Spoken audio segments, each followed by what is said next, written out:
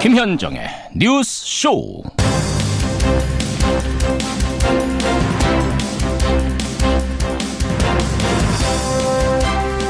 애청자 여러분, 월요일 아침 활기차게 열고 계십니까? 그런데요, 월요일 아침부터 법꾸라지 우병우 전 수석 이름이 다시 눈에 띕니다.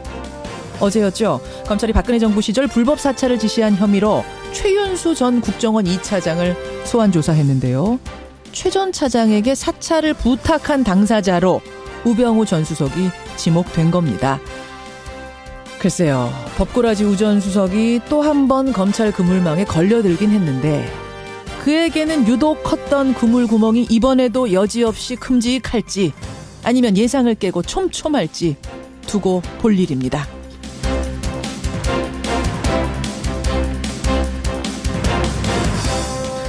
주말 사이 포항은 여진없이 고요했습니다.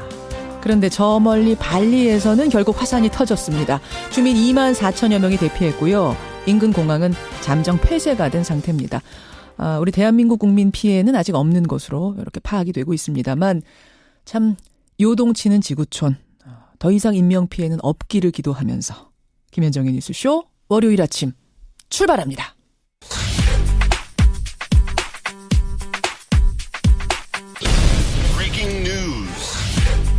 김현정의 뉴스쇼가 주목한 오늘의 포인트, 민경남 PD 나와 있습니다. 어서 오세요, 민 PD. 네, 안녕하세요. 오늘 월요일 아침 첫 포인트는 뭐부터 볼까요? 박근혜 재판 재개입니다. 예, 변호인단이 박근혜 전 대통령 구속영장 연장한 데 대해서 반발하면서 총사퇴를 했었고 그때부터 재판이 중단이 됐던 건데 이게 한 42일 만에 재개죠? 그렇습니다. 재판은 오늘 오전 10시입니다. 예. 법원이 박 전 대통령 측에 출석을 하라 통보를 해놓은 상태인데요. 새로 선임된 국선 변호인 5명도 오늘 처음 출석할 예정입니다. 국선 변호인들. 네, 하지만 당사자인 박 전 대통령은 재판에 나오지 않아서 궐석 재판으로 진행될 가능성이 훨씬 높습니다. 박 전 대통령 없이요? 그렇습니다. 앞으로 재판 일정은 어떻게 되는 겁니까? 네, 재판부는 앞으로 매주 이틀 이상 재판을 열 방침인데요. 예. 이전에 주 4회 재판을 해온 것에 비해서는 줄어들었죠. 박김 변호인단이 넘겨받은 수사 재판 기록만 총 12만여 쪽입니다. 예. 그러다 보니 재판을 준비하는 데 시간이 부족하다. 그래서 이런 점을 고려한 일정이라고 합니다. 아직 남아있는 증인만 300여 명이고요. 구속 만료일은 내년 4월 16일입니다. 그렇죠. 그 전에 1심 선고가 나올 수 있을지는 불투명한 상황입니다. 그래요. 오늘 재판 시작이 다가 아니네요, 보니까. 그렇습니다. 줄줄이 태산이네요. 다음 포인트 뭡니까? 김영란법 수정 초읽기입니다. 김영란법 개정 논의는 그동안에 계속 됐었던 건데 오늘 결론이 나는 건가요? 네. 김영란법 하면 식사 3만 원, 선물 5만 원, 경조사비 10만 원 해서 350 상한액이 핵심인데요. 그렇죠. 이 중에서 농축수산물에 한해서만 선물비를 10만 원까지 허용하는 것으로 잠정 결정됐습니다. 농축수산물에 한해서는 10만 원까지. 네. 다만 세계무역기구 제소를 막기 위해서 국내산뿐만 아니라 외국산 농축수산물에 대해서도 같은 기준을 적용하기로 했고요. 예. 햄이나 홍삼 같은 가공품도 포함시킬지 문제는 최종 조율 중입니다. 오늘 권익위에서 김영란법 개정안을 심의할 예정이고 29일에는 대국민 보고대회에서 구체적인 내용을 공개할 예정입니다. 그래요. 짧게 한 포인트만 더 보죠. 네. 가수 박정훈 씨 가상화폐 투자 사기 의혹입니다. 참 90년대 오늘 같은 밤이면이란 노래로 많은 사랑을 받았던 가수인데 가수 박정훈 씨 검찰의 수사선상에 올랐어요. 네, 가상화폐인 이더리움을 새로 얻으려면 어려운 수학 수식을 푸는 채굴기가 필요합니다. 그렇죠. 한 업체가 이 채굴 사업에 투자하면 수익금을 주겠다고 속여서 2천여억 원을 가로챈 사건을 검찰이 수사하고 있었습니다. 사기 사건이네요, 한마디로. 네, 그러던 와중에 가수 박정훈 씨도 사건에 연루된 혐의를 포착한 거죠. 어허. 검찰은 박 씨에 대해서 출국 금지 조치를 했고 사무실을 압수수색하기도 했습니다. 가상화폐 열풍이 불면서 이런 사건들이 요새 계속 터지는데 그 와중에 가수 박정훈 씨까지 연루되면서 오늘 아침에 큰 뉴스가 됐네요. 그렇습니다. 여기까지 보겠습니다. 민경남 PD 수고하셨습니다. 네, 감사합니다. 국정조사 추진과 특검법 발의를 당론으로 채택한 자유한국당. 김영춘 해양수산부 장관은 사퇴 의사부터 표명하고 진상조사에 임하기 바랍니다. 듣고 있기 민망할 정도입니다. 특검이 발효될 때까지 지금 검찰 수사는 중단됐으면 좋겠다. 예, 자유한국당이 국가정보원과 검찰의 특수활동비 상납 의혹과 관련해서 국정조사와 특검법 발의를 동시에 추진하기로 했습니다. 이 특검법 조사 대상에는요, 한국당이 의혹을 제기해온 그 검찰의 법무부 특활비 상납 의혹, 이것도 포함되어 있고요. 또 노무현 DJ 정권의 특활비, 이 국정원의 특활비도 들어갈 것으로 알려졌습니다. 자, 자유한국당 정우택 원내대표 연결해서 이 국정조사 추진 문제에 비롯한 전국 현안들 질문해보죠. 정우택 원내대표님 안녕하세요. 네, 안녕하십니까. 일단 그 특활비 얘기하기 전에 세월호 6월 은폐 사건 얘기부터 좀 했으면 좋겠습니다. 네. 이 세월호 6월 은폐 사건은 국정조사까지 갈 사안이다. 김영춘 해수부 장관 해임해라. 이것까지 요구하셨네요. 네. 네, 지금 말씀하신 것처럼 6월 은폐 문제는 결코 가볍게 넘길 수 없는 문제다 이렇게 보고 있고요. 예. 이건 정말 국정조사감이다 이렇게 보고 있습니다. 그 이유는 우선 첫째 인륜적인 측면에서 볼 때 미 수습자 합동 연결실 직후에 6.25 존재가 있다는 것을 밝혔거든요. 예. 그래서 이것은 아마 국민과 유족 가슴에 몇 번 더 아프게 한 사건이 아닌가 이렇게 보고요. 정치적 측면에서 보더라도 이 1,000억 원의 이 혈세로 16,000톤급에 달하는 이 세월호를 인양한 이유가 진상 규명과 함께 미 수습자의 유골을 찾는 데 있는 거 아니었습니까? 그렇죠. 따라서 이번에 유골 은폐는 결코 가볍게 넘길 수 없는 문제다 이렇게 보고 있습니다. 맞습니다. 가볍게 넘길 수 없는 문제 맞아요. 근데 세월호 유족들은 이런 말씀을 하시더군요. 그런 비판 할 수 있지만 그게 자유한국당이 할 비판은 아닌 것 같다. 왜냐하면 그동안 세월호 진상규명에 그렇게 소극적이었던, 심지어는 방해가 되는 말까지 해왔던 자유한국당이 지금 그런 비판을 할 자격이 있느냐?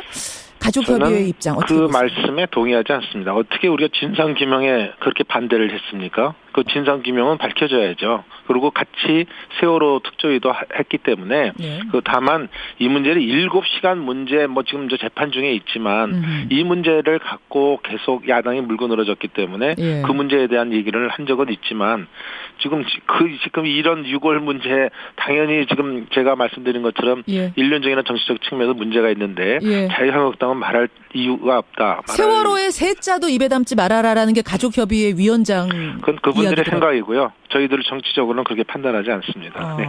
민주당 입장은 뭔가 하니까요. 해수부 공무원들이 김영춘 장관을 조직적으로 무시하다가 벌어진 일이다. 그러니까 장관이 뒤늦게 유골 발견 사실을 보고받고 그때라도 매뉴얼대로 처리하라라고 지시를 했는데 만 하루가 걸릴 동안 장관을 왕따시킨 거다. 따라서 이거는 해수부 조직의 인사혁신이 필요한 문제지 장관을 해임할 문제가 아니다. 어떻게 저는 보세요? 아침부터 웃음이 나오는데요. 민주당이 만약 그 말을 했다 그런다면 장관을 조직적으로 해수부 공무원들이 무시한 일이다. 그럼 장관은 뭐 하는 사람입니까? 장관의 리더십도 없는 문제, 이게 더 큰 문제라고 저는 보고 있고요. 또 저도 장관을 해봤지만 장관의 책임이라는 것은 정치적 책임을 지는 것입니다. 따라서 그런 정치적 책임을 조직에다 전가하는 거, 그건 옳은 일이 아니죠. 민주당이 누워서 침 뱉기 이런 말씀을 하고 있다 이렇게 봅니다. 그러니까 왕따라는 게 맞다 하더라도 그것도 문제다라고 보시는 거예요. 리더십의 문제. 왕따라고 하는 것도 우선 웃기는 얘기고요. 장관을 조직에서 왕따시켰다는 말이 이 대한민국에서 나온다는 게 웃기는 소리 아닙니까? 지금 웃긴다는 말을 너무 여러 번 하셨어요. 정말로 웃기시나 봐요. 아침부터 좀 웃음이 나온다 이렇게 생각이 됩니다. 해수부가 지금 웃기게 돌아가고 있다. 네, 정말. 아니요, 그렇게 민주당이 말하는 것 자체가 해수부가 그렇게 돌아간다는 거는 그 내부에 또 문제고요. 지금 민주당이 그렇게 말을 하고 있다는 거 아닙니까? 그러니까 민주당이 지금 그 말 자체가 스스로 누워서 침뱉기를 하고 있다 이렇게 해서 제가 웃음이 나옵니다. 근데 지금 해수부의 그 조직이 지난 정부부터 이어져 왔던 그 조직이 아직 이제 혁신되지 않은 상태에서 김영춘 장관이 새로 들어갔기 때문에 과거 정권에서 그렇게 엉망으로 운영되어 왔던 거 아닌가라는 이야기를 민주당은 하고 있는 것 같은데요. 지금 세월호 사건이 난 지 보통 3년이 넘었지 않습니까? 만 3년이 넘었는데 저는 아직도 해수부 조직이 혁신되지 않았다고 한다면 저는 이것은 말이 안 된다고 보고 있고요. 저도 해수부 장관을 한 사람입니다. 근데 그렇죠. 제가 해수부 장관 할 때는 전혀 그런 조직이 아니었거든요. 그러니까 지금 들어가서 얼마 안 됐기 때문에 혁신이 안 됐다 이런 핑계를 대는 것은 그것은 장관으로서 또는 책임지고 있는 정부 여당으로서 할 소리가 아니다 이런 말씀을 드립니다. 그럼 해임 요구는 여전하다 이 말씀이세요? 이건 해임 요구하기 전에 스스로 판단해야 될 문제다 이렇게 보고 있습니다. 정우택 원내대표입니다. 특활비 얘기 좀 해보겠습니다. 국정원과 검찰의 이 특활비 상납 의혹과 관련된 국정조사 요구서 이거는 이미 제출하신 거죠? 네, 지난 금요일 날 제출했습니다. 특검법도 발의하기로 방침 정하셨고요. 네, 그렇습니다. 보니까 한 3가지 정도가 있습니다. 검찰 법무부 특활비 관련된 의혹, 또 노 전 대통령 부인 권양숙 여사가 특활비 사용했다는 의혹, 또 김대중 노무현 정부에서도 국정원 특활비를 상납받아 쓴 거 아니냐, 요 의혹, 이런 것들을 조사해달라는 건데, 지난 금요일에요. 네. 노무현 정부 시절에 청와대 정무수석했던 유인태 전 수석이 저희 프로그램 출연하셨어요. 네. 들으셨어요, 혹시? 듣진 못했습니다만 간접적으로 듣고 있습니다. 네, 내용은 들으셨죠? 네. 노무현 정부에서는 수석들 청와대 특활비조차도, 그러니까 국정원 특활비는 말할 것도 없고 그건 없었고, 청와대에서 쓰는 특활비조차도 기록을 다 하고 썼답니다. 특활비라는 게 기록 안 하고 써도 되는 건데 그조차도 기록하고 썼을 정도로 투명하게 운영됐다라고 말씀하시던데, 근데 의혹이 있단 말씀이세요? 네, 그렇습니다. 지금 대통령 기록물 중에 비공개로 분류된 내용은 30년이 지나야 공개가 가능합니다. 예, 예. 현행법상이요. 예. 그래서 이 국정원 기록원에 보관되어 있다 하더라도 지금 볼 수가 없는 거죠. 그럼 지금 볼 수가 없으면 그 말을 어떻게 신용하고 믿겠습니까? 무슨 의미가 있는지 저는 반문하고 싶고요. 오히려 당당하다면 예? 국정조사와 특검에 임하면 되는 거 아니겠습니까? 아니, 그러니까 근데 이게 예. 청와대의 특활비라는 것은 기록을 안 해도 되는 건데, 사실 안 해도 되는 건데 그조차도 기록을 했을 정도로 투명하다, 이 이야기지 원래 뭐 해야 되는 것이 아니니까요. 아니, 그러니까 그 말씀을 했는데 그걸 어떻게 신빙성 있게 믿으시냐. 나는 그런 말씀입니다. 나는 유인태 의원을 못 믿겠다는 말씀이 드는 게 아니라 모든 것이 이렇게 국정조사 특검이 임하면 그런 것도 다 밝혀질 텐데 실제로 썼는지 여러 사람한테 증언을 듣고 또 말씀을 들으면 되는 거 아닙니까? 그러면 국정원의 특활비를 노무현 정부 또 DJ 정부에서도 상납받아 썼다는 어떤 증거라든지 뭔가 제보라도 받고 계세요? 지금 예를 들면 지금 저희들이 의혹을 갖고 있는 것 중에 김홍업 씨, 그러니까 DJ 대통령의 그 둘째 아드님이시죠. 예. 그 김홍업 씨 계좌에서 국정원 계좌 수표가 출납됐다는 경위가 있다는 의혹이 있습니다. 또 그 김옥두 전 의원의 부인이 국정원 계좌 수표에 출납 경위가 있었다. 이런 그 의혹도 지금 있거든요. 의혹을 어떻게 얻으신 의혹일까요? 그거는 계좌의 문제면 이미 보도가 나온 얘기입니다. 제가 지어낸 얘기가 아니고요. 네. 그러니까 보도를 통한 간접 의혹 말씀하시는 거군요. 그래서 이런 어떤 개인적인 이런 것보다는 그러면 그 지금 그 김대중 정부의 국정원에서 특수활동비를 규모가 얼마고 사용 용처가 어딘지 일반적인 걸 한번 들여다보자 이거예요. 그러니까 지금 이번에 이 보수 정권에 대해서 10년만 들여다보지 말고 만약 하면 원조 적폐가 될 수도 있는 혹시 김대중 정부라든지 노무현 정부 때의 특수활동비 규모나 사용처를 특검이나 국정조사를 통해서 들여다보면 되는 거 아니겠습니까? 네. 물타기라는 의혹이 나오는 건 아시죠? 그러니까 지금 이미 박근혜 정부 때부터 시작을 해서 조사를 하다 보니까 이 이야기까지 간 건데. 이건 물타기가 아니고요. 어떻게 특정 시기에 특정 그 기간만 조사 대상으로 하느냐 말이에요. 이게 원래 원조 적폐에 대한 모든 것을 드러내놓고 이것이 잘못됐다는 걸 해야 그것을 누구든지 진정성 있는 게 믿는 것이지, 보수 정권만 들여다보겠다. 그 앞에는 안 들여다보겠다. 그게 형평성에 맞는 얘기입니까? 그건 물타기하고 전혀 상관이 없는 얘기입니다. 검찰이 일부러 안 들여다보겠다 이런 건 아닌 것 같고, 박근혜 정권의 국정농단을 조사하다가 이제 나오는 것부터 시작하는 게 아니겠습니까? 저는 그거는 우리 김현정 앵커의 저는 변명은 아니고 그쪽 얘기를 하고 계시다 이렇게 저는 듣습니다. 그쪽에서 검찰에선 그렇게 얘기를 하던데 자유한국당이 볼 때는 그렇지 않다. 하는 김에 다 해야 된다. 자유한국당이 보는 게 아니라 일반 상식적으로도 보세요. 왜 이렇게 되면 자꾸 표적수사, 정치 보복의 의미를 갖는 그런 의혹을 받을 수 있다. 이런 점에 대해서 말씀을 드리는 겁니다. 그래서 이것은 국정조사까지 해야 된다. 보고서 제출하신 상황. 정우택 원내대표님. 네. 지금 시간이 한 1분 30초 남았는데 요거 하나는 좀 확인하고 갔으면 좋겠습니다. 네. 바른정당의 유승민 대표가요, 중앙일보하고 인터뷰를 했습니다. 어떤 얘기를 했냐면 국민의당뿐만 아니라 한국당과도 통합 논의를 하고 있다. 그러니까 지금 유승민 대표가 꿈꾸는 건 말하자면 3당 통합을 꿈꾸고 계시는 것 같아요. 그러면서 11명, 바른정당의 11명이 나가서 자유한국당에 복당하는 그런 형태가 아니라 당대당 통합, 그것도 국민의당과의 3당 통합을 생각하고 있다라는 이야기를 했습니다.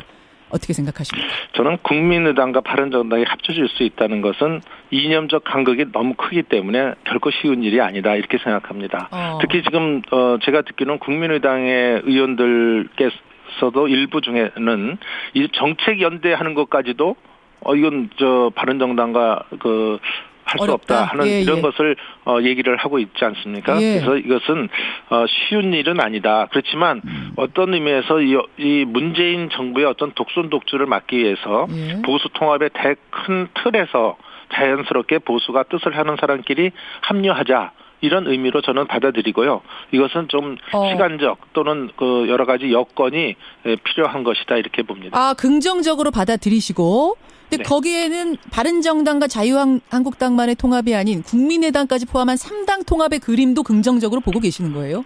장기적으로는 우리 보수 대통합의 의미에서는 그렇게 갈 수도 있다. 또 그렇게 가야만 될지도 모른다 이렇게 생각을 하고 있습니다. 그렇지만 지금 3당 통합을 당장 지금 얘기하는 것은 이념적 간극이라든지 또 시기상으로 좀 맞지가 않다 이렇게 보고 있습니다. 보수 통합이라고 지금 말씀하시면서 국민의당까지 함께 갈 수 있다고 보십니까? 저는 국민의당도 예전에 김대중 대통령 때도 보수 야당이라고 그랬지 진보 야당이라고 그러지 않았습니다. 그러니까 저는 이념적인 측면에서 간극은 있지만 가야 할 방향이다.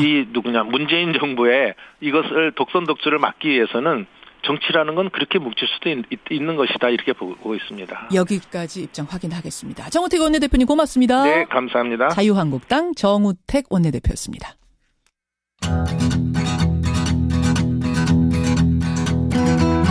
김현정의 뉴스쇼는 청취자 여러분의 참여로 이루어집니다. 트위터, 페이스북, 레인보우 게시판 그리고 단문 50원, 장문 100원의 유료 문자 샵 1212, 우물정 1212 통해 참여하실 수 있습니다. 김현정의 뉴스쇼 여러분과 함께 만듭니다. 김성환의 행간 시사평론가 김성환 씨 나오셨습니다. 어서 오십시오. 네, 안녕하세요. 월요일 아침부터 정우택 원내대표 인터뷰가 뜨거웠던 것 같아요. 문자가 이 바쁜 월요일 출근길에 막 쏟아지고 있는데 행간도 뜨겁습니다. 뜨거운 이슈 가지고 오셨죠. 주제 자체는 좀 예민할 것 같긴 한데요. 이 태아의 생명권이냐 여성의 자기결정권이냐 우리 사회의 뜨거운 논쟁거리였던 낙태죄 폐지. 낙태죄. 청와대 청원 사이트에 23만여 명이 청원을 접수할 정도로 아주 뜨거운 논란거리였는데요. 그렇죠. 어제 청와대가 홈페이지에 낙태죄 폐지 청원에 대한 조국 민정수석의 동영상 답변을 올렸습니다. 답변을 내놨습니다. 네.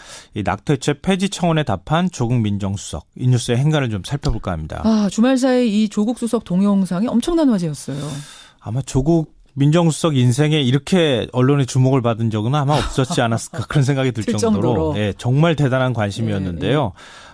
각종 인터넷 사이트하고 SNS에서 조국 수석의 동영상이 공유가 됐고 굉장히 좋은 찬사를 받기도 했고 다른 한편에서는 불편하다는 얘기도 나오기도 했고 이렇게 찬반이 엇갈리기도 했습니다. 맞습니다. 청와대가 청원에 답변을 내놓은 건 소년법 개정에 이어서 이번이 두 번째인데요. 23만 5천여 명을 넘어서서 청원 기준인 20만 명을 일단 넘어선 거죠. 조국 수석의 답변은 한 10분 분량 정도가 됐는데요. 요약을 해서 말씀을 드리면 태아의 생명권은 매우 소중한 권리지만 처벌 강화 위주 정책으로 불법 시술이 양산되는 등 부작용이 계속 발생하고 있다. 현행 법제는 모든 법적 책임을 여성에게만 묻고 국가와 남성이 책임은 완전히 빠져 있다. 이런 법과 현실의 괴리를 극복하기 위해서 새로운 균형점을 찾을 필요가 있다. 이거였습니다. 그러니까 청원 내용은 낙태죄를 폐지해달라 이거였는데 답변은 어쨌든 새로운 균형점을 찾을 필요가 있다. 폐지하겠다라고는 하진 않았지만. 찬반을 얘기하진 않았습니다. 새로운 균형점을 찾자. 이렇게. 그래서 정부가 내년부터 2010년 이후 실시되지 않은 임신 중절 실태조사를 다시 재개를 해서 정확한 실태조사를 토대로 관련 논의가 진행되도록 하겠다. 이렇게 얘기를 했습니다. 이게 워낙 민감한 문제였고 찬반이 다 논리가 있었잖아요. 네, 맞아요. 그런 문제를 어떻게 답을 내놓을까 굉장히 궁금했는데 이런 답이 나왔습니다. 자, 이 뉴스의 행간 이면 들어가 보죠. 첫 번째 행간은 단어 하나로 청와대의 입장을 대신했다입니다. 단어 하나로요? 우리 보통 말에는 가치가 담겨 있다고 얘기를 하잖아요. 그렇죠. 어떤 단어를 사용하느냐 이걸 보면 그 사람의 철학, 사상 이런 게 그냥 드러나게 마련인데요. 낙태죄 폐지 논쟁처럼 이 뜨거운 논쟁거리에 대해서 입장을 내놓는다. 이 단어 하나, 숨소리 하나만 잘못 내도 엄청난 논란이 일 수 있습니다. 사실 이 논쟁은 여성계와 종교계의 찬반이 굉장히 뜨거웠거든요. 그렇죠. 청와대가 굉장히... 여기에 자칫하면 기름을 부을 수도 있는 상황이 될 수도 있었거든요. 그렇죠.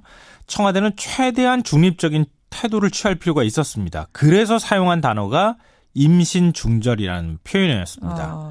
이 낙태라는 단어에는 이미 살아있는 생명을 죽인다는 부정적인 의미가 좀 포함되어 있을 수도 있거든요. 물론 또 정반대로 해석하는 분들이 있을 수도 있습니다. 그러니까 낙태라는 단어를 사용하는 것 자체가 특정 입장에 손을 들어주는 효과가 나타날 수도 있었기 때문에 그래서 선택한 게 모자보건법상 법률 용어인 임신중절이라는 표현을 사용했습니다. 임신중절이라는 단어를 사용하는데 이게 이유가 있었을 거다. 네, 맞아요. 그러니까 여성계와 종교계 모두 만족스러운 답변은 아니다라는 식의 뉘앙스를 가지고 발표를 했는데요. 이 반응을 내놨는데 그렇지만 또 아주 강한 비판을 내놓지도 않았습니다. 아하. 바로 이런 중립적인 태도를 취했기 때문은 아닐까 싶습니다. 그래요. 낙태죄 폐지 논쟁에 답한 조국 수석. 두 번째 행간 뭡니까? 두 번째 행간은 문장의 행간에 청와대 입장을 담았다입니다. 행간에 담았다? 네. 그래요? 우리 찰떡같이 말해도 콩떡같이 알아듣는다는 말 있잖아요. 그렇죠. 이 조국 수석의 말이 딱 그렇지 않았나 싶은 생각이 드는데요. 이 청와대는 낙태죄를 폐지하겠다, 폐지하지 않겠다 어떤 입장도 밝히지 않았습니다. 그렇지만 행간을 읽어보면 현행 낙태죄 처벌 조항에 문제가 있으니 개정이 필요하다라는 얘기였습니다. 그러니까 잘 읽어보면 그런 뉘앙스가 있어요. 아까 새로운 균형점을 찾겠다라는 얘기는 어쨌든 현행 것에 문제가 있으니까 새롭게 하겠다는 얘기고 그러면은 이 바탕에는 결국 낙태죄 폐지 쪽에 조금 더 힘을 실는 이런 느낌이 나요. 맞아요. 그러니까 부작용 사례를 쭉 언급을 하고 난 다음에 이 모든 책임을 지금 여성이 다 감당하고 있습니다. 이렇게 얘기하면 현재보다는 좀 더 다른 방식의 법 개정이 필요합니다라고 하는 얘기를 하고 있는 거고요. 행간에는. 그리고 종교계가 지금 낙태죄 폐지에 가장 많이 반대를 하잖아요. 그렇죠. 종교계에서 가장 권위자로 인정받는 그분의 말을 또 인용했어요. 그분이 바로 프란치스코 교황입니다. 교황의 말. 그러니까 낙태에 대해서 가장 크게 반대하고 있는 데가 가톨릭이니까. 예, 맞아요. 그러니까 어떻게 얘기를 했냐면요. 프란치스코 교황이 임신 중절에 대해서 우리는 새로운 균형점을 찾아야 한다고 말했는데 교황도 말했는데 우리 사회도 새로운 균형점을 찾았으면 좋겠다. 참 머리 좋지 않습니까? 논란을 피해가는. 예, 네. 그러니까 조국 수석은 현행 법률의 개정이 필요하다고 말하고 싶었던 거예요, 사실은. 근데 마침 또 헌법재판소가 현재 낙태죄 위헌 여부를 다시 심리를 하고 있잖아요. 한 번 이제 합헌 결정이 났다가 다시 위헌 여부를 지금 심리를 하고 있는데 이진성 헌재소장이 국회 인사청문회에서 낙태를 일정 기간 내에 허용하는 방안에 대해서 찬성 입장을 이미 밝혔습니다. 근데 청와대가 여기에 대해서 특별하게 언급을 하진 않았지만 사법부 판단이 앞으로 나올 테니까 그것도 존중하는 태도를 보이면서도 청와대가 하고 싶은 말은 다 하는 이런 양자적인 입장을 다 행간에다 담았다고 볼 수 있을 것 같습니다. 행간에 다 숨어 있었다. 세 번째는요? 마지막 세 번째 행간은 조국 수석 인터뷰에서 빠진 게 하나 있다입니다. 빠진 거 뭡니까? 질문입니다. 하고 싶은 말을 했지만 질문은 받지 않았다? 네, 맞습니다.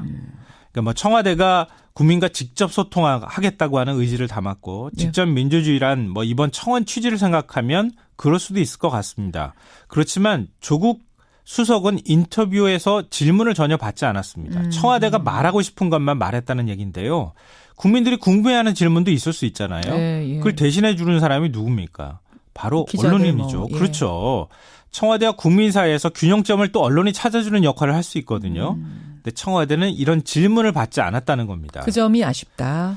박근혜 정부 시절에 기자들의 질문을 일절 받지 않던 대통령의 모습이나 기자회견이 아니라 발표에 같았다는 그런 얘기가 많이 있었잖아요. 그렇죠. 그러니까 청와대는 또 조국 수석은 다소 껄끄럽고 불편하더라도 언론의 질문을 좀 더 앞으로 받아야 되지 않을까 싶습니다. 다음 청원에 대한 답도 한번 보도록 하죠. 김성환 씨 수고하셨습니다. 네, 고맙습니다.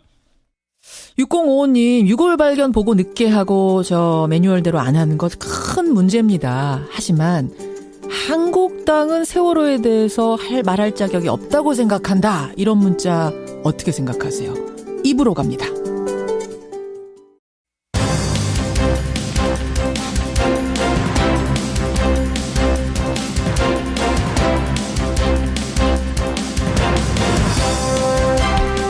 김현정의 뉴스쇼 2부 출발합니다. 직장 내 가혹행위, 가구 회사에서의 가혹행위도 있었고요. 병원에서도 가혹행위 얘기가 연이어 터졌었죠. 그런데 이번에는 오토바이를 판매하는 회사의 직원으로부터 저희 CBS에 제보가 들어왔습니다. 워낙 이 가혹행위의 내용이 충격적이어서요. 저희가 확인을 하는 데만 해도 한 열흘 이상이 걸렸습니다. 아주 신중하게 취재를 했습니다. 이 내용 오늘 첫 순서로 김재곤 기자의 이야기 들어가 보지요.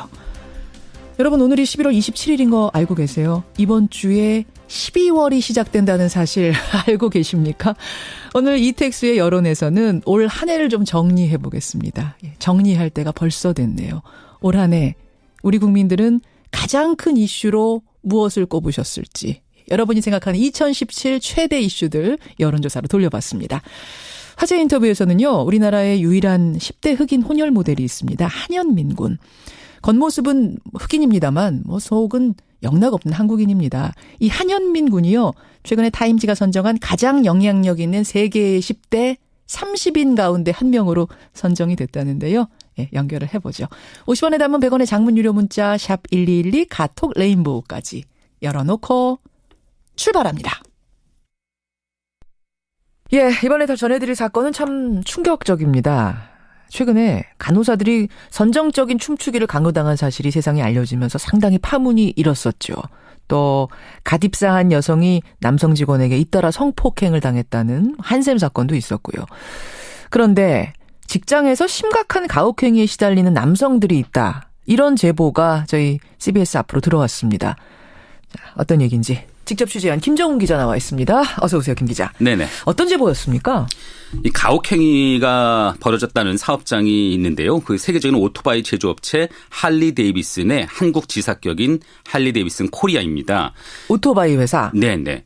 그 한 지점에서 정비사로 근무해온 이모 씨를 저희 취재진이 만났는데 예. 처음에 워낙 충격적인 얘기라 믿기지가 않더라고요. 음성 변조를 하긴 했는데 직접 먼저 들어보시죠. 그러죠. 마이크를 뿌려놓고 불을 붙인다든지 분무기로 된 향기가 뿌리고 불을 붙이고 이제 채무가 타고 그리고 심할 경우에 불이 붙기도 하는데 그게 그냥 팔이나 이런 데 뿌려서 하는 게 아니라 성기나 엉덩이 같은 데다가 가만히 있으라고 가지고 저항하는. 지금 음성 변조를 많이 한 상태여서 아마 여러분 잘 안 들리실 거예요. 작업복에 불을 붙인다든지, 그래서 채모가 타고 특히 성기나 엉덩이 이런 부위 작업복에다 지금 불을 붙였다는 얘기예요? 그렇습니다. 실제 작업복에 불을 붙이고 이후에 껐다고는 하는데 그런 행위가 한두 번이 아니었다는 겁니다. 아니, 거기가 오토바이 정비하는 곳이니까 인화물질들이 상당히 많은 곳일 텐데 그런 곳에서 사람 몸에 불을 붙였다는 얘기예요? 위험한 가혹행위가 있었다는 것이죠. 근데 피해 사례가 이뿐만이 아니었습니다. 더 들어보시죠. 이쑤시개를 에어건에 넣어서 쏜다든지 다리에다가 겨냥하고 쏴서 자꾸 도망갔었어요. 뼈에도 박히죠. 왜냐면 다리에 맞으면 쿡 하고 박히니까. 에어건이라는 게 뭐죠? 이 총같이 생겨서요. 전면에 강한 공기가 훅 분사되도록 한 에어건이라고 있는데요. 그러니까 정비할 때 왜 훅훅 하고 바람 넣는 그 기계. 그렇습니다. 그 앞에 이쑤시개를 꽂아놨다는 거죠. 그래서 에어건을 발사하면 이쑤시개가 총알처럼 휙 빠져나가서 몸에 박히게 세상에. 그렇게 가혹행위를 했다는 겁니다. 이쑤시개가 몸에 박힐 정도로 쐈다? 네. 그렇게 정비 도구를 이용한 폭력이 범죄 수준에 이른 건데요. 근데 그것도 모자라서 고문 도구와도 같은 틀에 손목을 넣게 하고 잘리는지 보겠다 이렇게 위협하기도 했다고 합니다. 또 들어보시죠. 손목을 자르려고 한번 했거든요. 브레이크 디스크 혹시 아세요?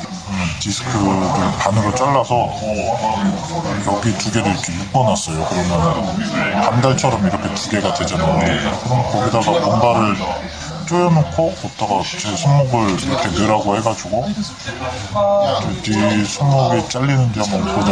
이거 신제품이라고 하면서 제 손을 자르려고 찝혀가지고 제가 피가 났었거든요. 이게 뭡니까? 그러니까 이게 신제품이 잘 듣는지 보자 하면서 너 손목 한번 넣어봐라. 잘리는지 보자 이랬다는 거예요? 실제 신제품이 아니고요. 이렇게 기존에 있는 브레이크 디스크 패드가 있는데 브레이크 디스크가 있는데 그 브레이크 디스크를 이용해서 이 사진을 보시면 아시겠지만요. 이렇게 위험한 흉기와도 같은 그런 물건을 만들어 놓고 거기에 손목을 넣게 했다는 거죠. 잘리는지 보자고. 날카롭게 갈린 어떤 디스크 조각 2개가 마치 작두처럼 연결이 돼 있는 거네요. 그렇습니다. 여기다가 손목 넣어봐라 이렇게 위협을 했다는 거예요. 맞습니다. 지금까지 말씀드린 모든 이야기가 지난해 8월부터 올해 6월 사이에 있었던 일이었거든요. 이외에 욕설은 일상적이었고 곤봉 같은 막대기로 맞기도 하는 등 폭행도 빈번했다는 게 이 씨의 말입니다. 피해자의 주장은 상처를 찍은 여러 장의 사진 그리고 병원 진단서도 확인이 되네요. 아니 대체 왜 그랬다는 겁니까? 가해자들 얘기도 좀 들어보셨어요? 네, 가해자로 지목된 건 이 씨의 직장 선배 2명인데요. 장난일 뿐이었다 이렇게 말을 하네요. 장난이었다? 네, 두 사람의 말을 이어서 들어보시죠.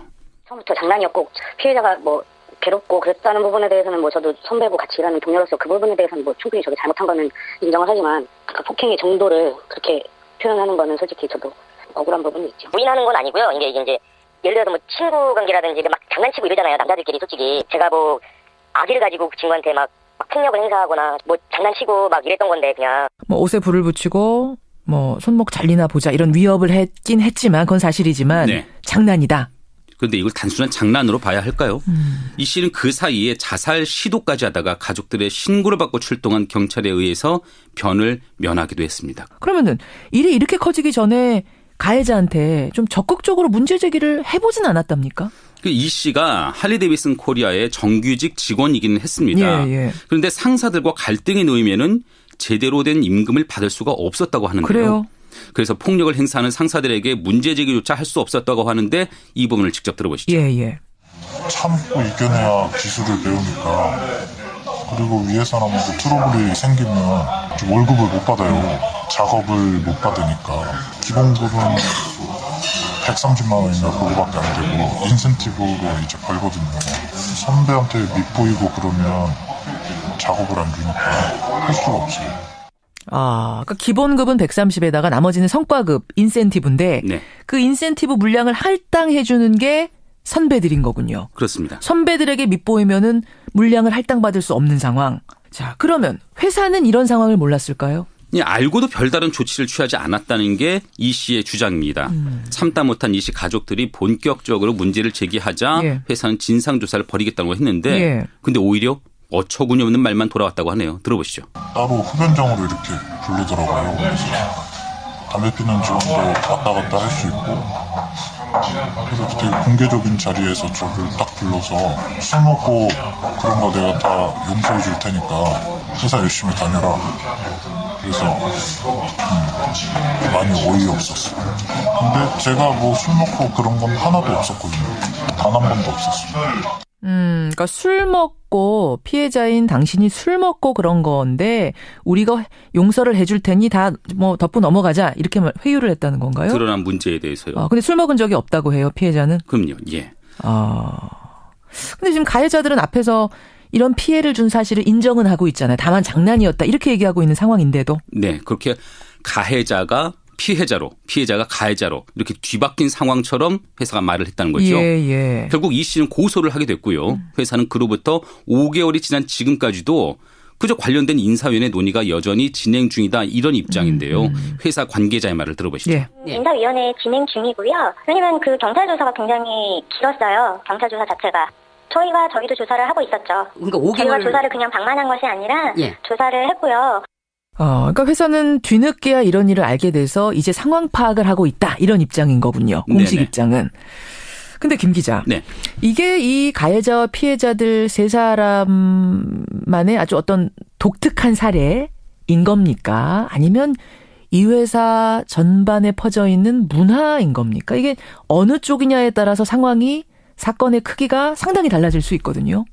이 세 사람만의 문제로 보이기는 어려울 것 같은데요. 이 씨가 동료들에게 받은 카카오톡 메시지를 저희가 한번 살펴봤거든요. 피해자가 동료들과 주고받은? 네. 그랬더니 피해자는 이 씨뿐만이 아닌 것으로 드러나고 있습니다. 그래요? 한 메시지를 보면 한 동료는 가해자가 팔뚝을 때리고 성기를 만지고 곤봉으로 때렸다 이렇게 언급을 했고요. 또 다른 동료 역시 주먹으로 팔을 하도 맞아서 일할 때 지장이 있을 정도로 아팠다 이렇게 털어놓기도 했습니다. 그러니까 이 씨에게 국한된 폭력은 아니었다는 얘기네요. 맞습니다. 그런데 또 취재 과정에서 가혹행위가 있던 곳은 이 씨가 근무하는 지점만이 아니라는 사실 역시 확인할 수가 있었습니다. 다른 지점에서도 비슷한 일이 있었다? 네. 이 씨의 근무지 외에 할리데이비슨 코리아 다른 지점의 정비사로부터도 가혹행위를 당했다는 증언을 들었는데 들어보시죠. 예. 네, 저도 신입사원 때 옆구리 맞은 적 있고 그 회사에 CCTV가 있는데 CCTV 안 보이는 각도에서 막 때려요. 욕하면서. 전 일하다가 아파가지고 그 사람은 장난을 쳤겠지만 탁 쳤는데 제가 이제 옆구리를 맞아서 움찔했어요. 저 회사 들어오고 나서 한 6개월 좀 지나선가 회사 다 뒤집어놓고 나가려고 했어요. 너무 스트레스 받고 막. 그럼 이게 지금 이 피해자 한 사람, 두 사람만의 문제는 적어도 아니란 얘기네요. 또 그 해당 지점의 문제도 아니었다는 얘기죠. 이렇게 선배가 후배를 폭행하는 문화가 적어도 회사의 정비 분야에 만연돼 있다는 얘기입니다. 근무 경험이 있던 이들을 수소문 해봤는데 증언을 한번 들어보시죠. 자, 증언을 더 들어보죠. 군대적인 분위기예요. 예전에 정비 문화 보시면은 뭐 스패너로 맞으면서 정비를 배운다라는 말도 있잖아요. 좀 많이 힘들었죠. 완전 군대 생활하고 그냥 똑같다고 생각하시면 되는, 괜히 그런 선후배 사이에 당연히 지켜야 될 예절이라는 건 있겠지만 절대적이라고 생각하니까 그 사람들이 약간 그냥 작업하다 실수했는데 벽보고 계속 서 있으라고 사람들 다 있는데 막. 군대 얘기를 지금 증언자 2명이 하는데 네. 요새 군대에서도 이러지 않잖아요. 그러면 큰일 납니다. 큰일 나죠. 그러니까 남성 위주의 작업장이다 보니까 예전에 그러한 폭력적 군대 문화가 자리 잡게 된 것 같고요. 또 정비 기술이 되게 도제식, 그러니까 말하자면은 스승이 제자에게 가르쳐주는 방식으로 교육되는 까닭에 절대 복종 이런 분위기가 깊어진 것으로 보입니다. 여기에 앞서 이 씨가 설명한 대로 작업 물량을 상사들이 할당해 주다 보니까 그렇게 거스를 수 없는 갑을 관계가 이 선후배들 사이에도 형성된 것으로 그렇게 보여지네요. 불합리한 걸 당해도 문제 제기를 제대로 할 수 없고 속으로 끙끙대는, 병원도 다니고 그러다가 화병으로 아니면 회사를 때려치든지 뭐 이렇게 되는 거예요. 네네. 참 이게 참 그러니까 남성들에게 피해 겪는 여직원들의 고충을 요 사이에 우리가 많이 다뤘었는데 네네. 직장 내 폭력 문화에 노출된 남성들의 피해도 만만치 않다는 지금 새로운 사실이 뭐 이 경우에 드러난 거라고 볼 수 있겠네요. 네, 그렇게 남성이란 이유로 폭력을 당하면서도 인내를 강요당하는 이렇게 숨겨진 피해 사례들이 적지 않을 것 같은데요.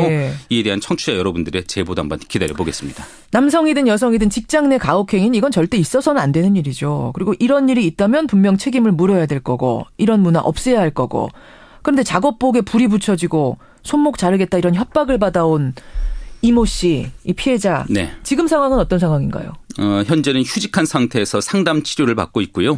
이 씨가 고소한 이후에 가해자 두 사람은 특수폭행 등의 혐의로 최근 재판에 넘겨졌습니다.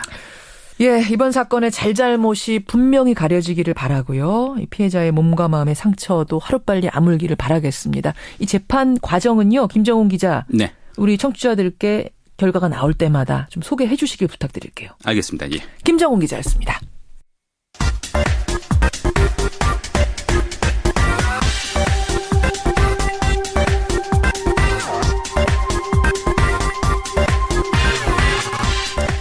한 주간의 최신 여론조사 결과를 알아보는 시간, 이택수의 여론. 오늘도 리얼미터 이택수 대표, 여의도 조진웅 네. 나오셨습니다. 안녕하세요. 어서 오십시오. 네. 조금 전에 그 인터뷰 들으셨죠? 네. 충격적이에요. 네. 근데 이게 사실은 이제 그 가해자들 얘기는 장난이었다, 남자들끼리, 이 얘기인데, 이택수 대표도 어린 시절에는 사실은 뭐 있을 수 있는 얘기잖아요. 남자들끼리 장난. 어린 시절에는. 네. 초등학교 때부터 고등학교 때까지는 그런 장난들이 많이 있었죠. 예를 들면 뭐 어떤 것들이 있었어요? 예전에 남학교에서는. 네, 체육 시간에 그 허리띠가 없는 그 하의를 확 벗기는 뭐 그런 장난들, 뭐 또 그 방송용으로는 적절치 않지만 똥침 놓기 뭐 이런 거 많이. 그러니까 이게 하기도 했고 당하기도 했고. 거기까지만 하셔도 될 것 같아요. 이런 게 그러니까 철없던 10대 때나 그렇죠. 장난이 통하는 얘기지. 네. 지금 청취자 신순영 님도 문자 주셨습니다만. 장난이라니요. 무분별한 사춘기 중학생도 아니고요. 네. 그렇죠? 이게 지금 거의 고문 수준에 가까운. 그럼요.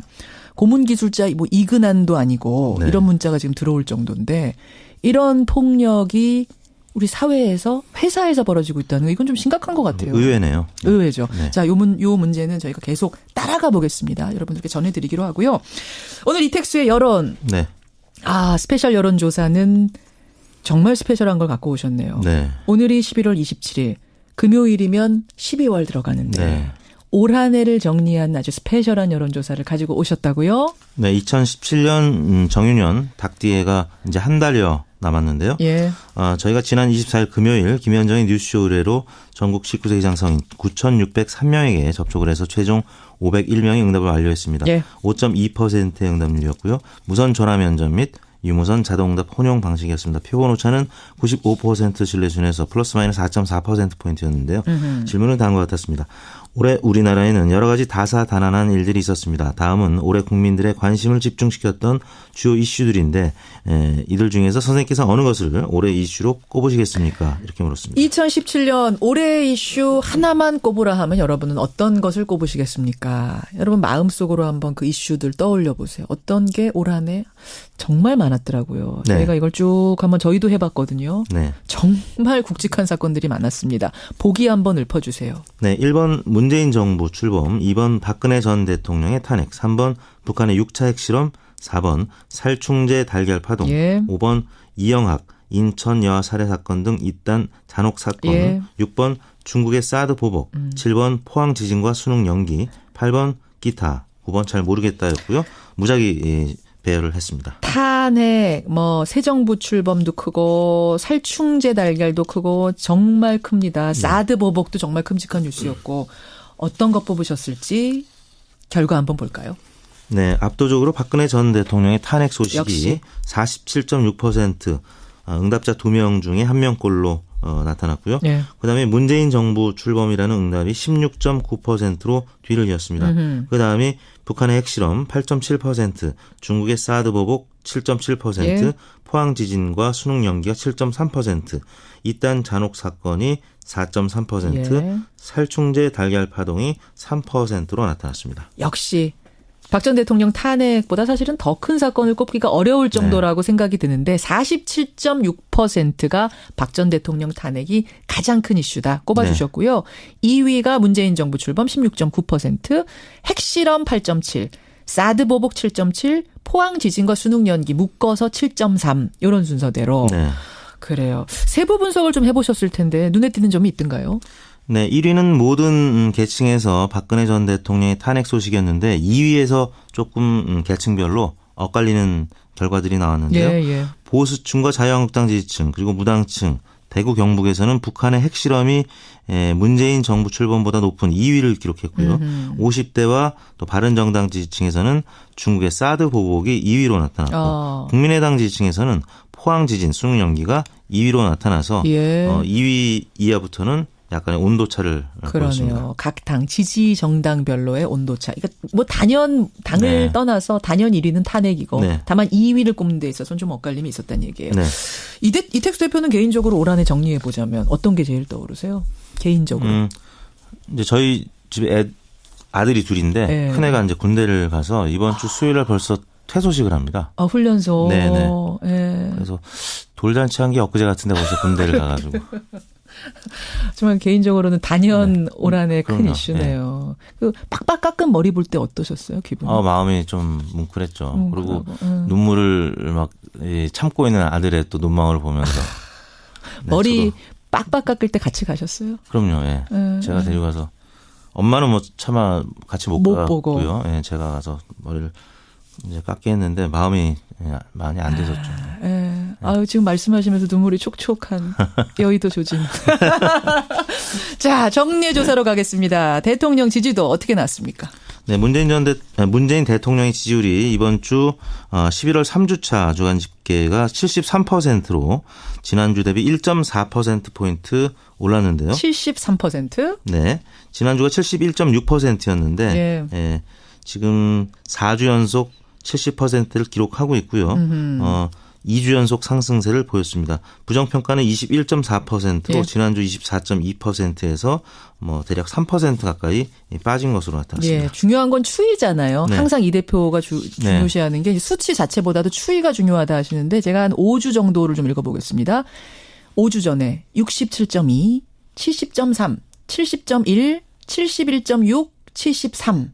그러니까 이게 바닥치고 올라가는 느낌. 그렇습니다. 미 서서히 나는 건데. 근데 사실은 지난주 생각해 보자면 부정적인 요소들도 있었어요. 뭐냐면 우리 일부에서도 인터뷰했습니다만 세월호 6월 은폐 사건. 네. 여기 이제 수요일 날 밝혀졌었고. 네.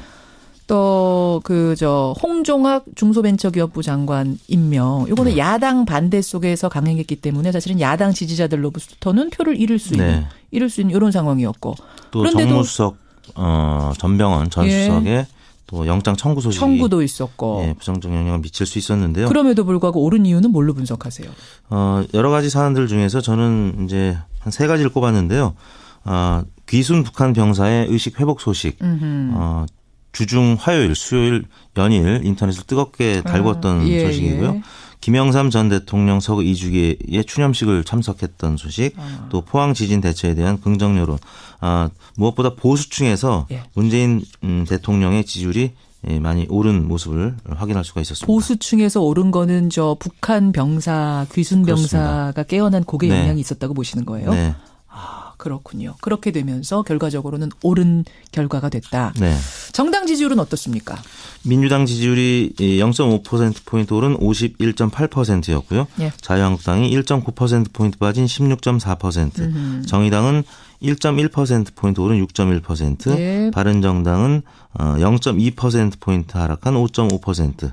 국민의당은 0.4%포인트 하락한 4.5%를 기록했습니다. 예. 국민의당 지지율 또다시 하락했고 자유한국당은 계속 오름세였는데 이번 주에 떨어졌네요. 네. 자유한국당은 왜 떨어진 걸로 보세요? 자유한국당은 주초에는 유여의 최고위원회 포항 지진 막말 논란이 계속 있어서 유여의 최고위원 월요일 날 0.4%포인트 빠진 17.8%로 출발했고요. 화요일 날은 홍준표 대표의 검찰 특활비 법무부 상납 의혹 제기로 특수활동비 논란이 심화됐었고 또 이어서 홍준표 대표 본인의 국회 특활비 관련 여야 공방이 있었죠. 네, 그리고 또 최경환 의원의 압수수색, 검찰 소환 불응 소식이 전해지면서 당 안팎에서 악재가 더 많았던 곳이 자유한국당이었고요. 국민의당도 지금 최저치 4.5%를 기록했습니다. 기존 최저치가 4.9%였는데 지난주에 끝장 토론이 있어서 화요일 날은 4.6%까지 상승을 하면서 좀 반등하는가 싶었는데 목요일 날 당 정책연구원에 의뢰한 국민의당 바른정당 통합 여론조사를 둘러싸고 당내 갈등이 굉장히 심화됐었습니다. 그러면서 목요일 날은 3.6%로 일간 최저치까지 찍으면서 주간 4.5%로 마감이 됐습니다. 정의당은 6.1%가 나왔어요. 지난주에 5.0%였는데 5에서 6.1. 사실 정의당으로서는 이게 큰 상승이거든요. 1.1이면. 그렇습니다. 근데 사실은 김종대 의원 때문에 논란이 컸고 그 게시판이 난리가 났었다는 얘기도 들었는데 어떻게 올랐네요. 네, 김종대 의원의 이국종 교수에 대한 비판 논란 때문에 수요일부터는 좀 양상이 바뀌었는데요. 월화수에는 저희가 주중 집계를 냈을 때 월화수 5.6, 6.8, 7.6까지 오르는 그러니까 민주당과 동반 상승하는 그래프를 보였는데 김종대 의원의 인격 테러 관련 논란이 있었던 확산됐던 23일 목요일 날 5.5%로 빠지고 금요일 날도 5%로 빠지면서 사실 이 논란만 없었다면 정의당이 상대적으로 큰 격차로 바른정당 국민의당을 앞설 수 있었는데 영향을 안 받은 건 아닌데 이게 매일매일 통계를 내다 보니까 앞에 것들이 상쇄된 거군요. 그렇습니다. 주후반에는 한 2%포인트까지 빠진 수치를 나타냈습니다. 자, 이번 주 정리조사와 스페셜 조사 살펴봤습니다. 청취자 민경연님, 저도 아들 군입대를 앞두고 있어서 이택수 대표 마음이 공감 갑니다. 눈물 닦으시고요. 근데 요즘에는 이제 전자우편으로 훈련병들한테 메일을 보낼 수가 있더라고요. 그래서 예전보다는 그래도 커뮤니케이션이 소통 수단이 있기 때문에 많이 나아졌다는 소식 전하면서 이번 조사 개요 말씀드리겠습니다. 11월 20일부터 24일까지 4세대 동안 전국 19세 이상 유권자 4만 3,946명에게 통화를 해서 최종 2,521명의 응답을 완료했습니다. 5.7%의 응답률, 조사 방법은 동일했고요. 표본 오차는 95% 신뢰 수준에서 플러스 마이너스 2%포인트였습니다. 여기까지 리얼미터 이택수 대표 수고하셨습니다. 네, 감사합니다. 여론이었습니다.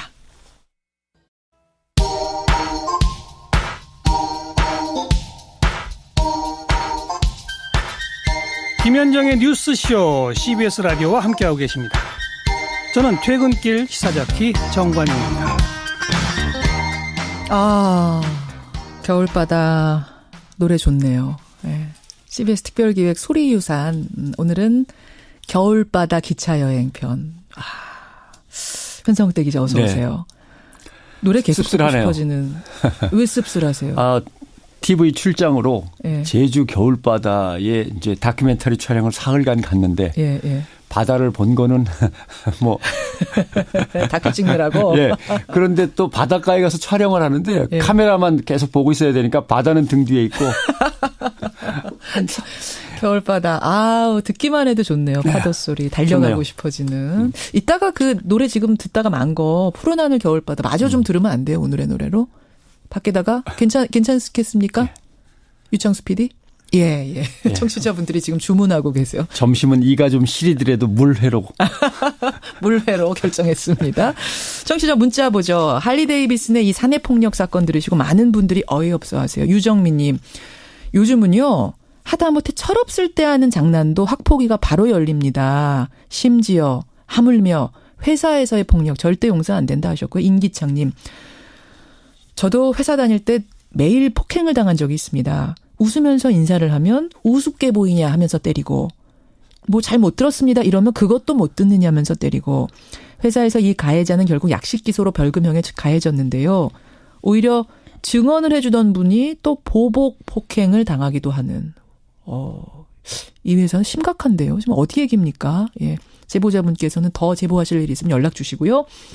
7596님 직장마다 인권교육을 좀 의무화시켜야 될 것 같다. 이런 문자도 주셨습니다. 예, 여러분의 의견 고맙습니다. 기자 수첩 들어가 보죠. 뭐 가지고 오셨어요? 네, 밤사이에 조금 반가운 소식이 들어왔는데 우리나라 경제 성장률이 OECD 2위를 기록했답니다. 2017년. 경제 성장률이. 3분기에서. 그러니까 우리나라가 다른 나라보다 좀 빠른 속도로 경기 침체를 여름 이후에 벗어나고 있다. 이런 뜻이 되는 거죠. 3분기 성장률이 우리가 1.4%예요. OECD 평균은 0.6%, 2배가 넘습니다. 라트비아가 1.5%로 1등인데 라트비아는 OECD에 지난해 가입했습니다. 그래요. 그러니까 실제로 OECD 기존 국가로 치면 우리가 1등입니다. 경제 성장 회복 속도가. 반가운 소식이긴 한데 문제는 부패지수죠. 부패지수. 한국 사회 부패지수. 이거는 OECD 평균에 상당히 못 미칩니다. 그래요? 예. 국제투명성기구 부패인식지수 조사 평가에 따르면 우리나라 점수는 53점입니다.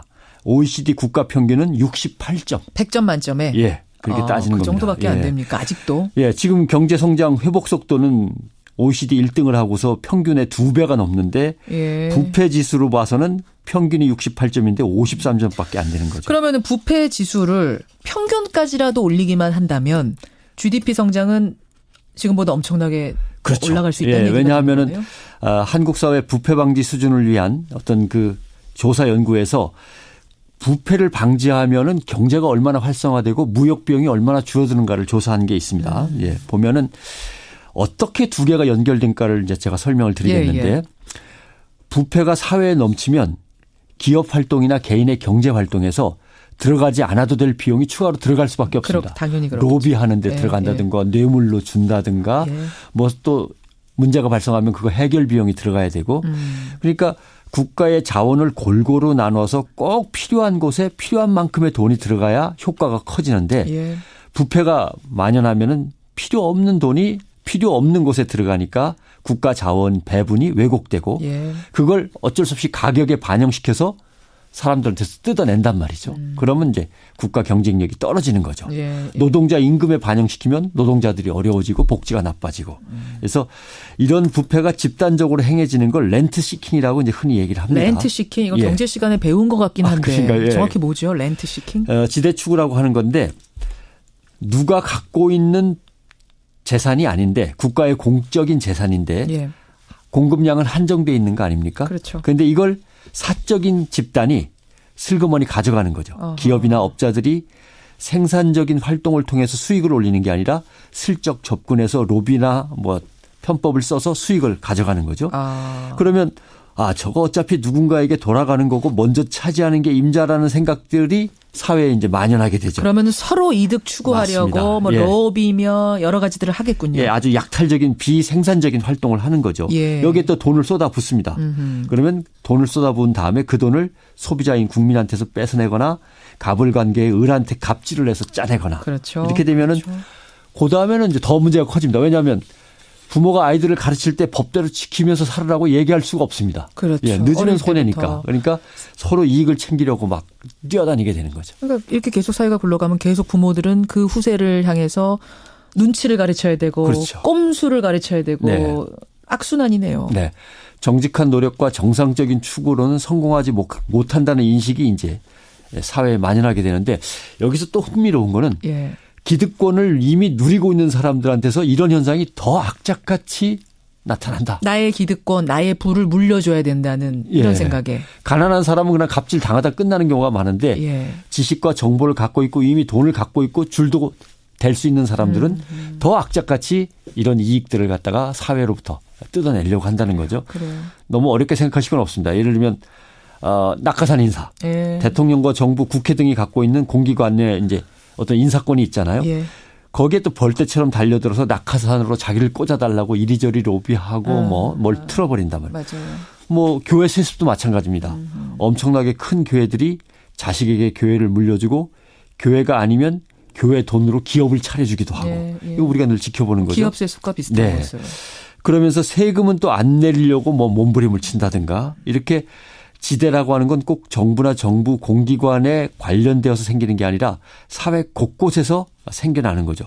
근데 이제 서민들은 정보도 없고 힘도 없고 네트워크도 없고 하니까 이런 사람들한테 늘 당하게 돼 있는 거죠. 구조상. 그래서 정부는 이런 행위들을 규제 또는 불법화해야 하는데 이걸 자꾸 늦추다 보면 더 문제가 생깁니다. 그래서 규제 개혁을 한다거나 또는 적폐청산을 한다거나 뭐 얘기가 나오면은 이쪽에서 뭐라 그러고 저쪽에서 뭐라 그러고 하다 보면 눈치 보다 보면은 결국은 서민들은 계속 박탈당하는 그런 일이 바로 이제 부패 청산과 경제 발전이 어떻게 물려있나를 갖다 설명하는 거죠. 지금 청취자 서효수님이 어떤 말씀 주셨냐면 부패가 만연한 사회의 가장 큰 해악은 정직한 사람들의 의욕을 꺾어버린다는 거다.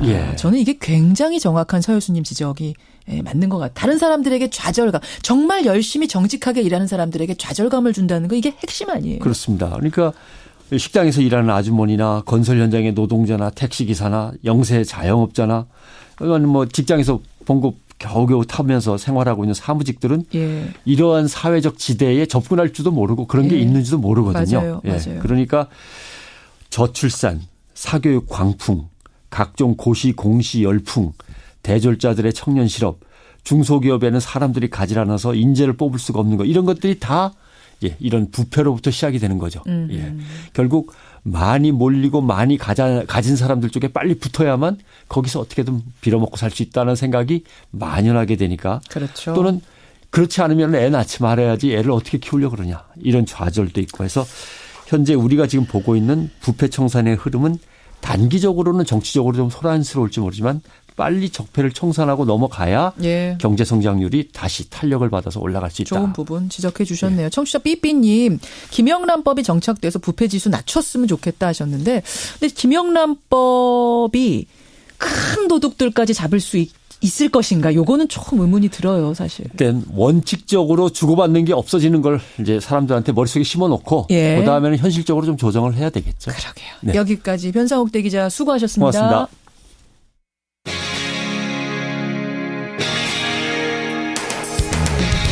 여러분께서는 지금 CBS 라디오 김현정의 뉴스쇼를 함께하고 계십니다. 미국 시사주간지 타임지가요. 2017 가장 영향력 있는 10대 30명을 선정해서 발표를 했습니다. 그런데 한국인으로는 유일하게 이름을 올린 10대가 있었는데요. 그 사람이 바로 모델 한현민 군입니다. 패션에 관심 있는 분들 사이에서는 뭐 이미 유명한 모델이지만 일반인들한테는 조금 낯선 이름이죠. 한현민 군. 설명을 좀 드리자면 외모는 검은 피부에 곱슬머리를 가진 흑인 모델입니다. 하지만 말씀 들어보시면 아세요. 한국인입니다. 예, 한국인 어머니와 나이지리아인 아버지 사이에서 태어난 혼혈 모델이에요. 국내 1호 혼혈 모델이라고 하는데요. 자, 고등학교 1학년. 그야말로 차세대 스타입니다. 한현민 군 오늘 화제 인터뷰에서 만나보죠. 한현민 군 안녕하세요. 네, 안녕하세요. 축하합니다. 아, 네, 감사합니다. 타임지가 선정한 2017 가장 영향력 있는 10대. 와, 아니 이게 그러니까 한국에서 30명을 뽑았어도 대단한 건데 전 세계에서 30명 뽑는데 뽑힌 거예요? 네, 운이 좋았던 것 같아요. 일단 소감이 어때요? 일단은 실감이 안 나고요. 타임지에서 이쁘게 봐주셔서 감사드리고 지금 기사가 난 지 3주에서 한 달가량이 다 돼가는데 예. 아직도 실감이 안 나고요. 아직도 실감. 그냥 늘 하루하루가 신기합니다. 요즘도 자고 일어나면은 볼 꼬집어 봐요. 이게 맞나? 꿈인가 생진가? 당연하죠. 네, 제 꿈이었으면 영원하면 좋겠어요. 안 깼으면 좋겠어요. 네. 대단해요. 한현민 군. 데뷔가 불과 작년이라면서요. 네, 저는 작년 3월 달에 서울 패션위크 한상혁 선생님 쇼에서 데뷔를 했어요. 그렇죠. 그도 그럴 것이 여러분. 지금 한현민 군이 몇 년생인 거죠? 저는 2001년생. 2001년생입니다. 2001년대 태어난 사람이에요. 그러니까 네. 작년이 첫 무대. 그래요. 네. 그 첫 무대 기억하세요? 런웨이에 딱 섰을 때 그 기분. 당연히 기억하죠. 여태까지 선 쇼 중에서 가장 잊을 수 없는 기억이에요. 제가 그 쇼의 오프닝으로 데뷔를 하게 되었는데, 예. 그 쇼에서 오프닝은 가장 그 쇼의 메인이라는 뜻이고 가장 중요한 역할이거든요. 그렇죠, 오프닝. 처음 쇼에 쓰는 건데 오프닝으로 나간다는 거면 되게 중요한 건데 너무 떨고 있었는데. 얼마나 떨렸겠어요. 그때 겨울옷을 입고 있었는데도 추웠어요. 실내에서 이제 겨울옷을 입고 쇼를 하는데 보통 더워야 되잖아요. 더워야 되죠. 근데 추워더라고요. 돌돌돌 떨고 있었어요. 근데 한현민 군. 네. 17살밖에 안 됐는데 말을 참 잘하네요. 아니에요. 아닙니다. 지금 그러니까 우리 청취자들이 라디오 들으시면서 네. 아까 전에 한현민 군이라고 하니까 포털에서 막 찾아보신 거예요, 사진을. 네. 근데 외모는 이제 흑인의 외모잖아요. 네. 근데 말을 너무나 재미있게 잘하니까 진짜 한국인 맞습니까? 이런 문자가 들어와요. 당연히 진짜죠. 진짜 한국인이죠. 네. 고향이 어딥니까? 저는 고향이 이태원입니다. 이태원이. 네. 가장 좋아하는 음식은? 순댓국입니다. 순댓국이고. 네. 그러니까 아버님이 나이지리아 분.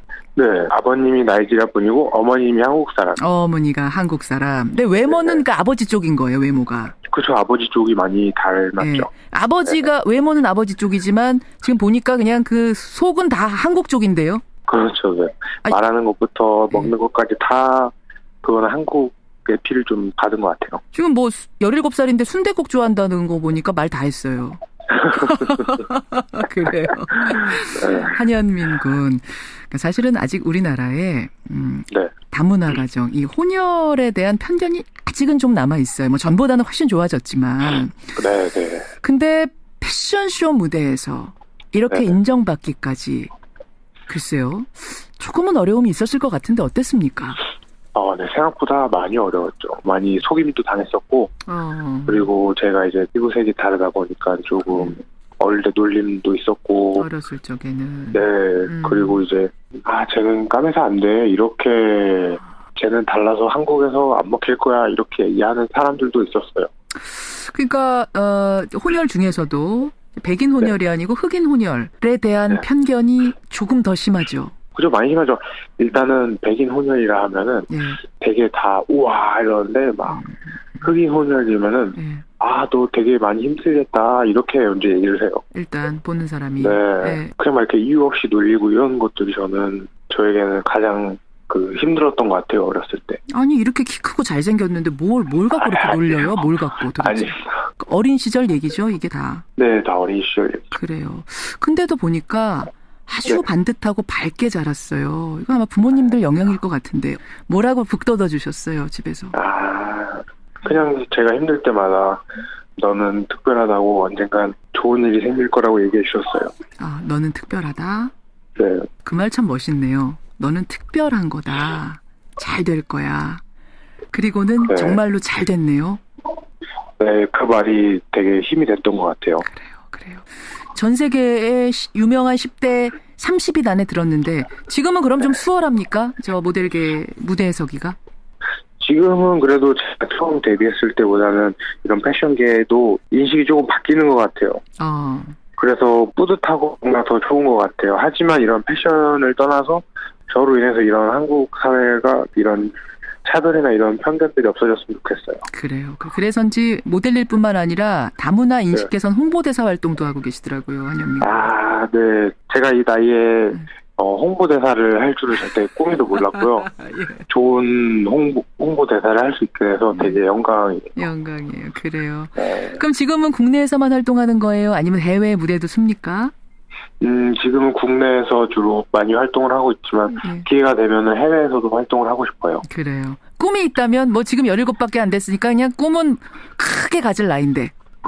저는 다른 건 다 괜찮고요. 일단 그냥 모든 사람들이 행복했으면 좋겠어요. 17살의 꿈이 모든 사람 인류의 행복이에요? 네, 그냥 누구는 슬프고 누구는 행복하면은 안 되잖아요. 그냥 같이 행복할 수도 있는데 좀 그런 거는 안 좋은 거라고 생각해요. 우리 한현민 군이 보니까 굉장히 깊네요. 속이 깊어요. 아닙니다.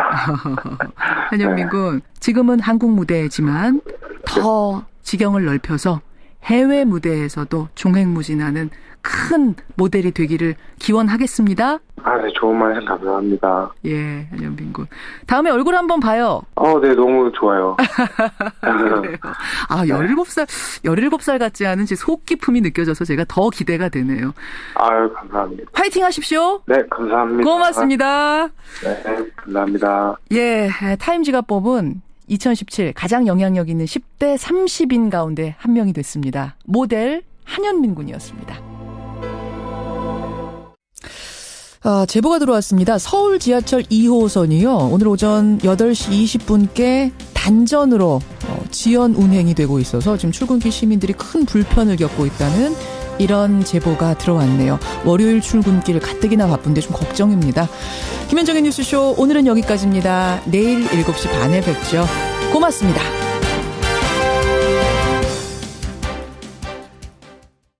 국정조사와 특검법 발의를 동시에 추진하기로 했습니다.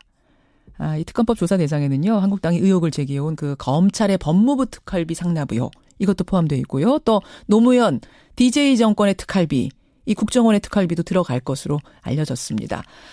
자, 자유한국당 정우택 원내대표 연결해서 이 국정조사 추진 문제에 비롯한 전국 현안들 질문해보지요.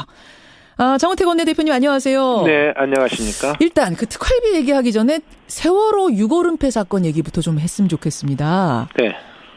이 세월호 6월 은폐 사건은 국정조사까지 갈 사안이다. 김영춘 해수부 장관 해임해라. 이것까지 요구하셨네요. 네. 네, 지금 말씀하신 것처럼 6월 은폐 문제는 결코 가볍게 넘길 수 없는 문제다 이렇게 보고 있고요. 이건 정말 국정조사감이다 이렇게 보고 있습니다.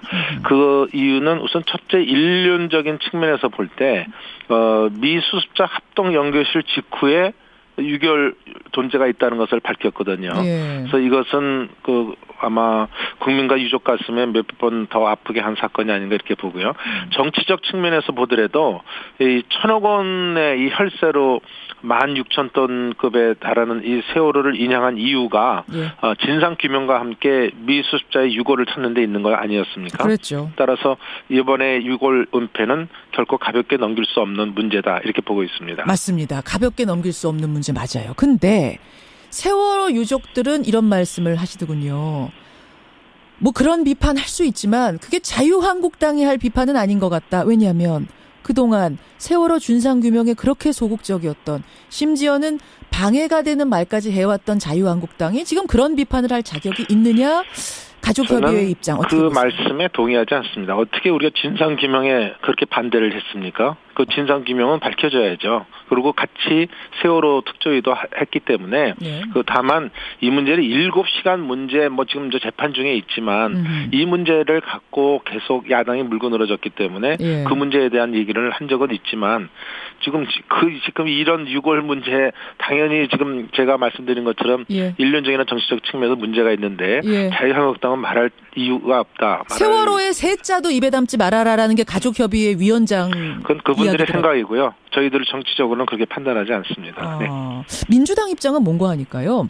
해수부 공무원들이 김영춘 장관을 조직적으로 무시하다가 벌어진 일이다. 그러니까 장관이 뒤늦게 유골 발견 사실을 보고받고 그때라도 매뉴얼대로 처리하라라고 지시를 했는데 만 하루가 걸릴 동안 장관을 왕따시킨 거다. 따라서 이거는 해수부 조직의 인사혁신이 필요한 문제지 장관을 해임할 문제가 아니다. 저는 보세요? 아침부터 그 웃음이 나오는데요. 민주당이 만약 그 말을 했다 그런다면 그 장관을 조직적으로 해수부 공무원들이 무시한 일이다. 그럼 장관은 뭐 하는 사람입니까? 장관은 리더십도 없는 문제, 이게 더 큰 문제라고 저는 보고 있고요. 또 저도 장관을 해봤지만 장관의 책임이라는 것은 정치적 책임을 지는 것입니다. 따라서 그런 정치적 책임을 조직에다 전가하는 거, 그건 옳은 일이 아니죠. 민주당이 누워서 침 뱉기 이런 말씀을 하고 있다 이렇게 봅니다. 그러니까 왕따라는 게 맞다 하더라도 그것도 문제다라고 보시는 거예요. 리더십의 문제. 왕따라고 하는 것도 우선 웃기는 얘기고요. 장관을 조직에서 왕따시켰다는 말이 이 대한민국에서 나온다는 게 웃기는 소리 아닙니까? 지금 웃긴다는 말을 너무 여러 번 하셨어요. 정말로 웃기시나 봐요. 아침부터 좀 웃음이 나온다 이렇게 생각이 됩니다. 해수부가 지금 웃기게 돌아가고 있다. 네, 정말. 아니요, 그렇게 민주당이 말하는 것 자체가 해수부가 그렇게 돌아간다는 거는 그 내부에 또 문제고요. 지금 민주당이 그렇게 말을 하고 있다는 거 아닙니까? 그러니까 민주당이 지금 그 말 자체가 스스로 누워서 침뱉기를 하고 있다 이렇게 해서 제가 웃음이 나옵니다. 근데 지금 해수부의 그 조직이 지난 정부부터 이어져 왔던 그 조직이 아직 이제 혁신되지 않은 상태에서 김영춘 장관이 새로 들어갔기 때문에 과거 정권에서 그렇게 엉망으로 운영돼 왔던 거 아닌가라는 이야기를 민주당은 하고 있는 것 같은데요. 지금 세월호 사건이 난 지 보통 3년이 넘었지 않습니까? 만 3년이 넘었는데 저는 아직도 해수부 조직이 혁신되지 않았다고 한다면 좀 저는 이것은 말이 안 된다고 보고 있고요. 저도 해수부 장관을 한 사람입니다. 그런데 그렇죠. 제가 해수부 장관 할 때는 전혀 그런 조직이 아니었거든요. 그러니까 지금 들어가서 얼마 안 됐기 때문에 혁신이 안 됐다 이런 핑계를 대는 것은 그것은 장관으로서 또는 책임지고 있는 정부 여당으로서 할 소리가 아니다. 지금 시간이 한 1분 30초 남았는데 요거 하나는 좀 확인하고 갔으면 좋겠습니다. 네. 바른정당의 유승민 대표가요. 중앙일보하고 인터뷰를 했습니다. 어떤 얘기를 했냐면 국민의당뿐만 아니라 한국당과도 통합 논의를 하고 있다. 그러니까 지금 유승민 대표가 꿈꾸는 건 말하자면 3당 통합을 꿈꾸고 계시는 것 같아요. 그러면서 11명, 바른정당의 11명이 나가서 자유한국당에 복당하는 그런 형태가 아니라 당대당 통합, 그것도 국민의당과의 3당 통합을 생각하고 있다라는 이야기를 했습니다. 어떻게 생각하십니까? 저는 국민의당과 바른정당이 합쳐질 수 있다는 것은 이념적 간극이 너무 크기 때문에 결코 쉬운 일이 아니다 이렇게 생각합니다. 특히 지금 제가 듣기로는 국민의당의 의원들께서도 일부 중에는 이 정책 연대하는 것까지도 이건 바른정당과 할 수 없다 하는 이런 것을 얘기를 하고 있지 않습니까? 그래서 이것은 쉬운 일은 아니다. 그렇지만 어떤 의미에서 이 문재인 정부의 어떤 독선독주를 막기 위해서 보수 통합의 큰 틀에서 자연스럽게 보수가 뜻을 하는 사람끼리 합류하자. 이런 의미로 저는 받아들이고요. 이것은 좀 시간적 또는 그 여러 가지 여건이 필요한 것이다 이렇게 봅니다. 긍정적으로 받아들이시고 근데 거기에는 바른정당과 자유한국당만의 통합이 아닌 국민의당까지 포함한 3당 통합의 그림도 긍정적으로 보고 계시는 거예요? 장기적으로는 우리 보수 대통합의 의미에서는 그렇게 갈 수도 있다. 또 그렇게 가야만 될지도 모른다 이렇게 생각을 하고 있습니다. 그렇지만 지금 3당 통합을 당장 지금 얘기하는 것은 이념적 간극이라든지 또 시기상으로 좀 맞지가 않다 이렇게 보고 있습니다. 보수 통합이라고 지금 말씀하시면서 국민의당까지 함께 갈 수 있다고 보십니까? 저는 국민의당도 예전에 김대중 대통령 때도 보수 야당이라고 그랬지 진보 야당이라고 그러지 않았습니다. 그러니까 저는 이념적인 측면에서 간극은 있지만 가야 할 방향이다. 문재인 정부의 이것을 독선독주를 막기 위해서는 정치라는 건 그렇게 뭉칠 수도 있는 것이다 이렇게 보고 있습니다. 여기까지 입장 확인하겠습니다. 정우택 원내대표님 고맙습니다. 네, 감사합니다. 자유한국당 정우택 원내대표였습니다.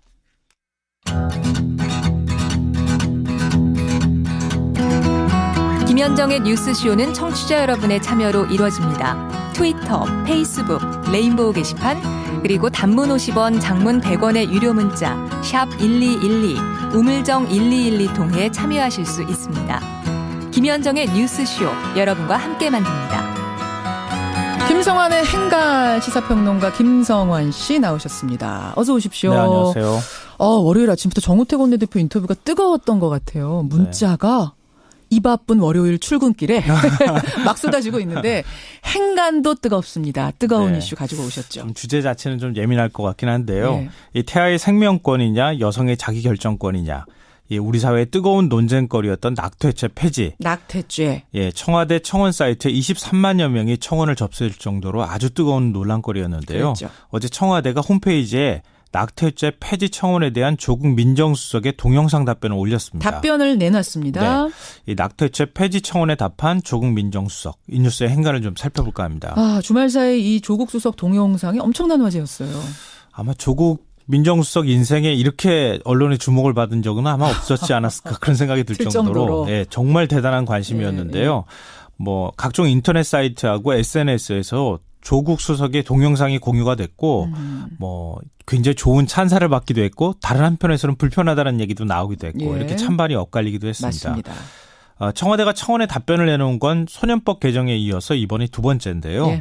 23만 5천여 명을 넘어서서 청원 기준인 20만 명을 일단 넘어선 거죠. 조국 수석의 답변은 한 10분 분량 정도가 됐는데요.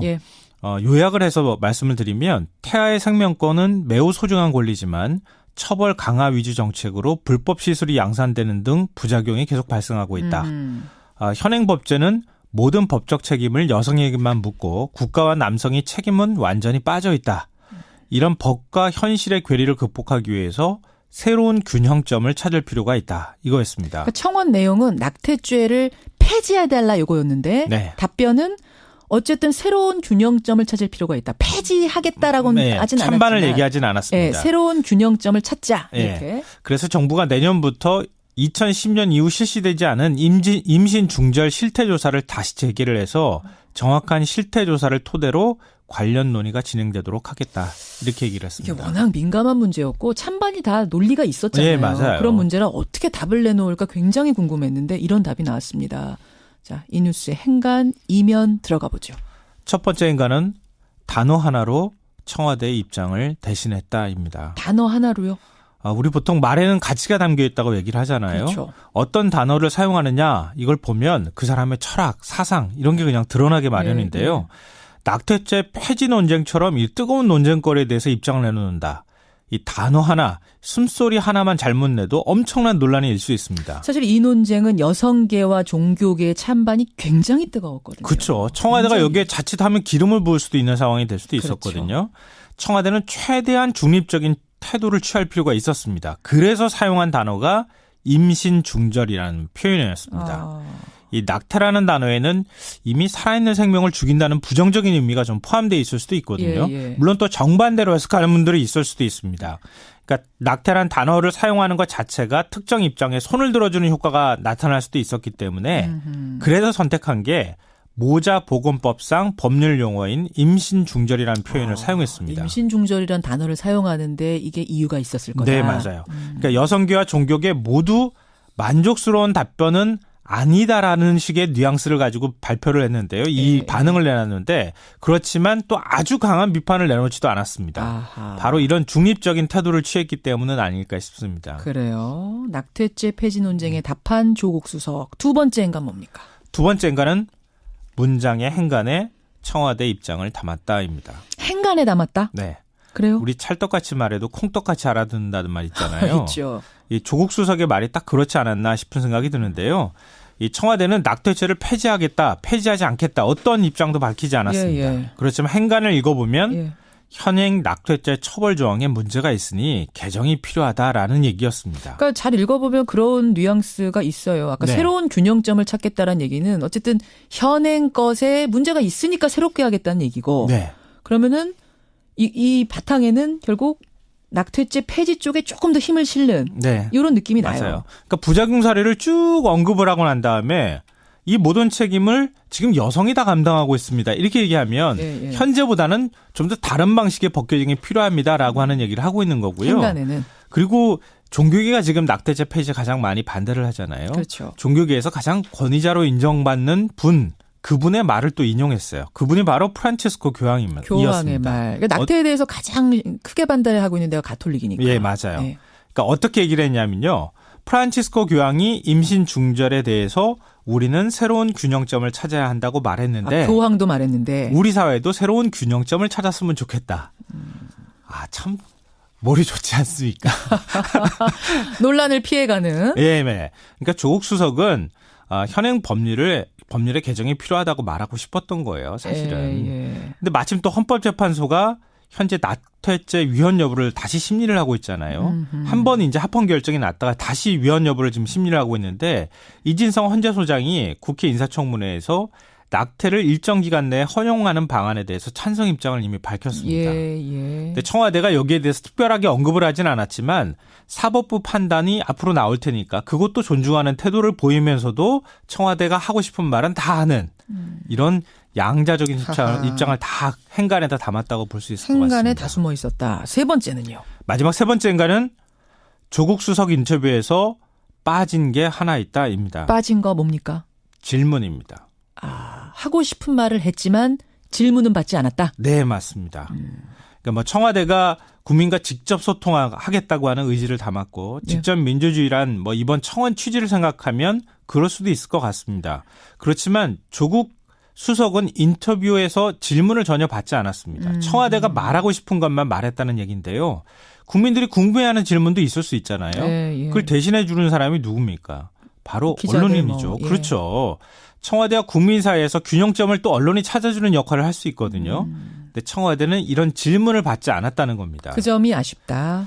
박근혜 정부 시절에 기자들의 질문을 일절 받지 않던 대통령의 모습이나 기자회견이 아니라 발표회 같았다는 그런 얘기가 많이 있었잖아요.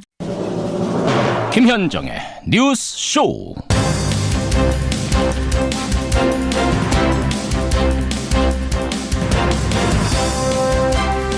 애청자 여러분, 월요일 아침 활기차게 열고 계십니까?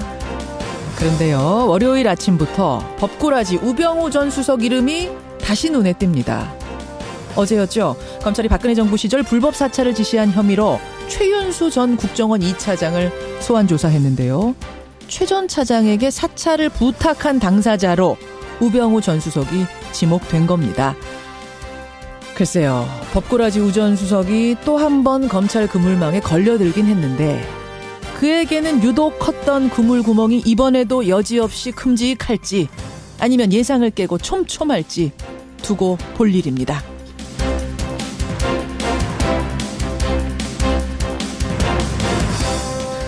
주말 사이 포항은 여진없이 고요했습니다.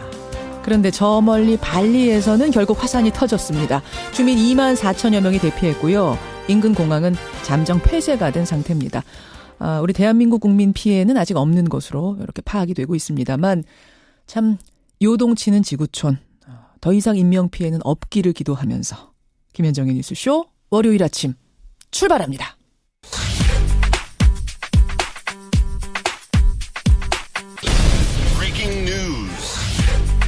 김현정의 뉴스쇼가 주목한 오늘의 포인트 민경남 PD 나와 있습니다. 어서 오세요, 민 PD. 네, 안녕하세요. 오늘 월요일 아침 첫 포인트는 뭐부터 볼까요? 박근혜 재판 재개입니다. 예, 변호인단이 박근혜 전 대통령 구속영장 연장한 데 대해서 반발하면서 총사퇴를 했었고 그때부터 재판이 중단이 됐던 건데 이게 한 42일 만에 재개죠? 그렇습니다.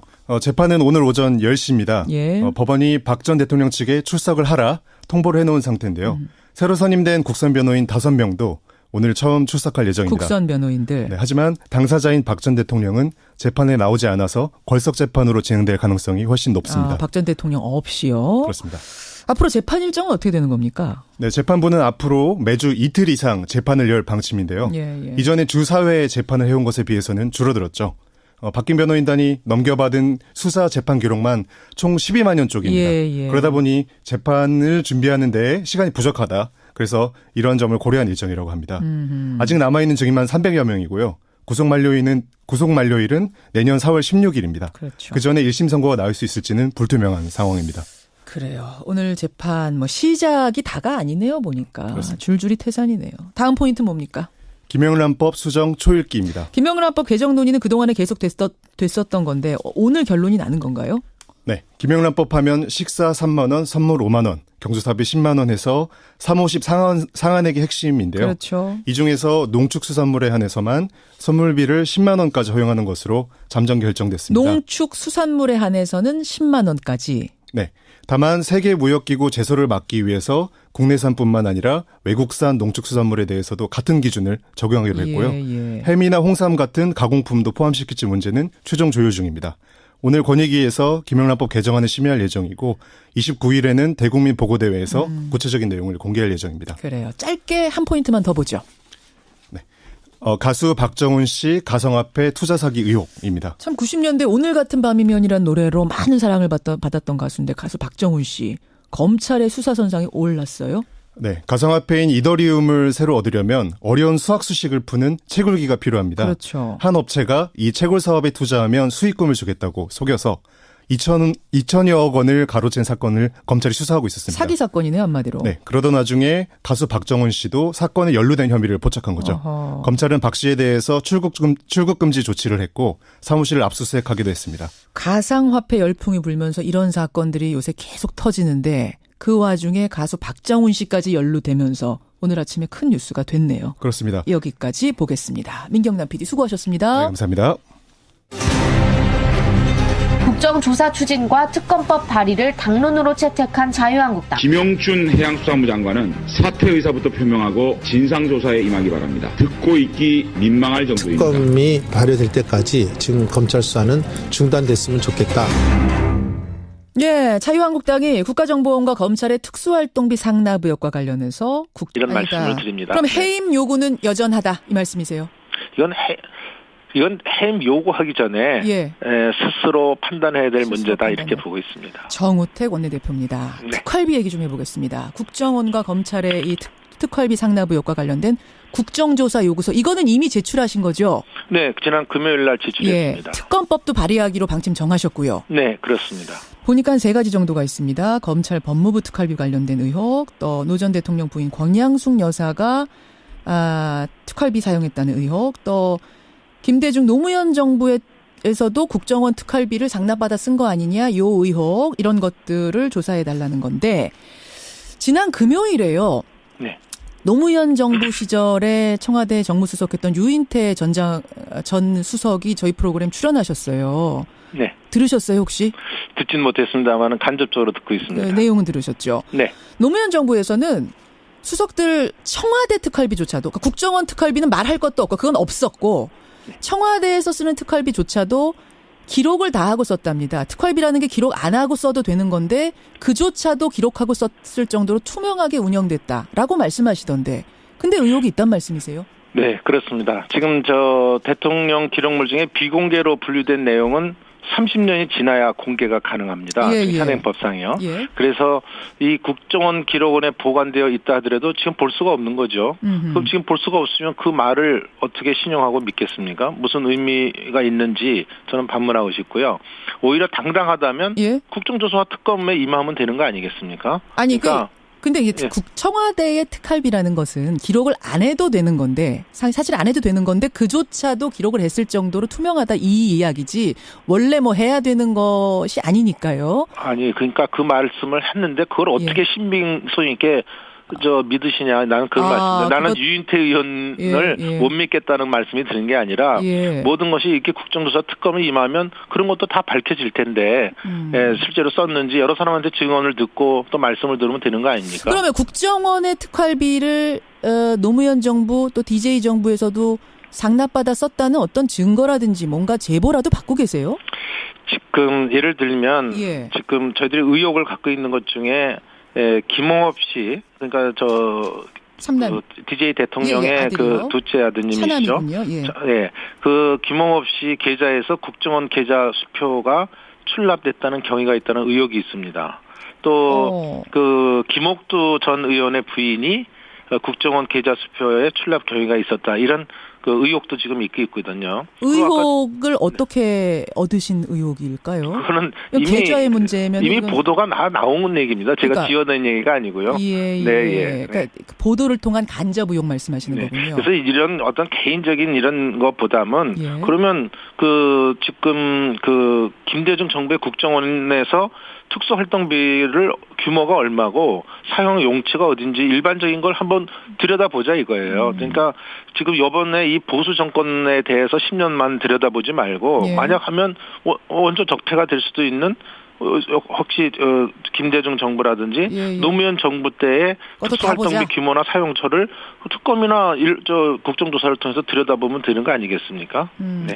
물타기라는 의혹이 나오는 건 아시죠? 그러니까 지금 이미 박근혜 정부 때부터 시작을 해서 조사를 하다 보니까 이 이야기까지 간 건데. 이건 물타기가 아니고요. 어떻게 특정 시기에 특정 그 기간만 조사 대상으로 하느냐 말이에요. 이게 원래 원조 적폐에 대한 모든 것을 드러내놓고 이것이 잘못됐다는 걸 해야 그것을 누구든지 진정성 있는 게 믿는 것이지 보수 정권만 들여다보겠다. 그 앞에는 안 들여다보겠다. 그게 형평성에 맞는 얘기입니까? 그건 물타기하고 전혀 상관이 없는 얘기입니다. 검찰이 일부러 안 들여다보겠다 이런 건 아닌 것 같고 박근혜 정권의 국정농단을 조사하다가 이제 나오는 것부터 시작하는 게 아니겠습니까?